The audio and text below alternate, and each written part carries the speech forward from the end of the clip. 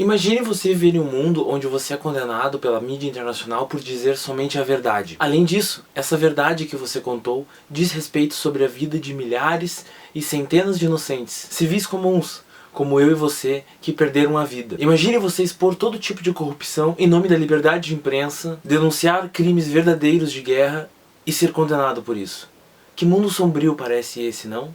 Pois é, vivemos nesse mundo. E essa é a história de Julian Assange. Julian Paul Assange, um matemático que assumiu grandes conhecimentos contemporâneos de computação e também um jornalista australiano fundador do polêmico Wikileaks, uma página online que publica documentos até então confidenciais que de alguma maneira digam respeito à vida das pessoas. O Wikileaks foi responsável pelo maior vazamento de documentos militares da história dos Estados Unidos, entre eles o ataque aéreo de Bagdá em 12 de julho de 2007. Neste vídeo de domínio público, um soldado que está em um helicóptero afirma que está vendo pessoas armadas e perigosas numa rua e pede permissão para atirar. Essa permissão é concedida e ele atira, ferindo crianças e jornalistas da Reuters.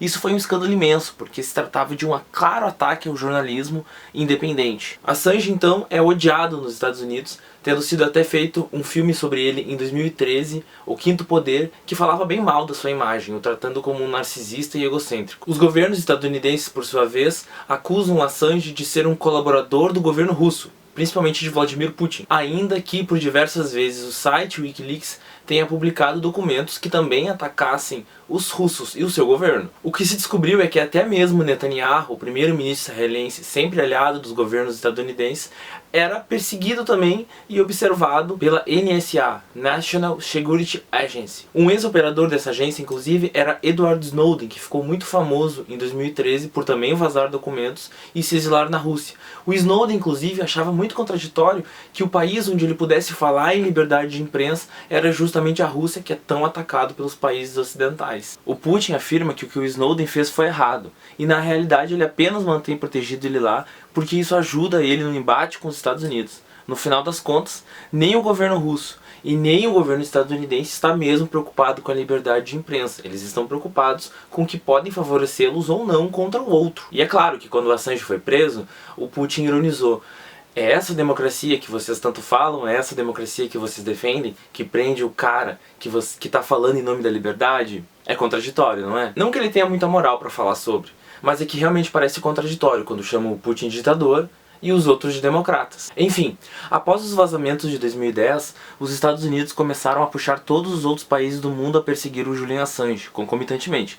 Assim, a Suécia começou uma tentativa de prendê-lo. Em 2010, ele se entrega à polícia britânica dizendo que se fosse preso na Suécia, seria extraditado para os Estados Unidos, onde ninguém saberia exatamente o que poderia acontecer com ele.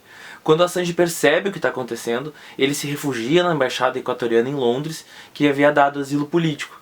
Ele fica morando lá dentro até 2019, consegue até mesmo a cidadania equatoriana, só que o problema é quando nesse meio tempo o governo equatoriano muda. E quando o Lenín Moreno estava na presidência, quando ele chega à presidência, ele cancela o asilo do Assange e ele é preso em Londres, onde ele está até hoje. Então a luta de muitos dos defensores é de que ele não pare nas mãos de autoridades dos Estados Unidos, conhecido pela truculência com aqueles que eles prendem e, além do mais, o principal foco dos ataques dos vazamentos do Wikileaks. Curiosamente também, alguns anos depois, o Fundo Monetário Internacional liberou uma bela quantia financeira para o Equador de 4,2 bilhões, que era claramente um obrigado pela ajuda de ter tentado extraditar o Julian Assange. Aqui é importante ressaltar que o Assange possui alguns problemas em sua vida pessoal. Tem uma acusação de estupro, tem problemas familiares, mas não cabe a nós ficar julgando a sua moralidade pessoal, mas sim julgá-lo como um indivíduo público e as consequências ou não que as informações que ele vazou trouxeram para as pessoas. Ou seja, nos interessa o Assange como figura política. E de fato, quando querem, a justiça e a mídia burguesa acabam com a vida de qualquer um, com os moralismos mais tacanhos que a gente pode imaginar. Dessa forma, é importante ressaltar que sim, o Assange é um símbolo da liberdade de expressão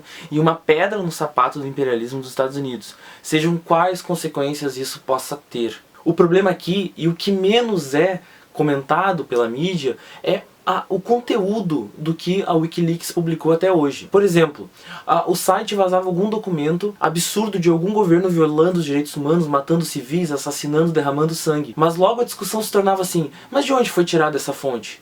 Mas que contra quem? Contra qual político isso vai? Mas qual eleição isso pode influenciar? E não deve ser esse o debate. Ou até mesmo, como fica o exército X mediante essas acusações? Ou seja, o debate não era voltado em tentar buscar a memória dessas vítimas e nem em atacar os culpados que mataram essas vítimas, mas em condenar a informação que praticamente sempre foi verdadeira, o que é um total absurdo. Dito tudo isso, fica muito claro que aqui nós não estamos tentando salvar a imagem pessoal da Assange, do qual na realidade eu pouco conheço, mas da importância de saber quem nos governa, o que fazem enquanto nos governam e por que tem medo de que saibam o que fazem quando nos governam. O que o Assange fez é um farol de esperança num mundo onde se tem cada vez mais fake news, onde se tem cada vez menos informações e onde as coisas são cada vez mais obscuras, cada vez mais dominado pelas mídias corporativistas e por governos irresponsáveis que lucram com o sangue de inocentes.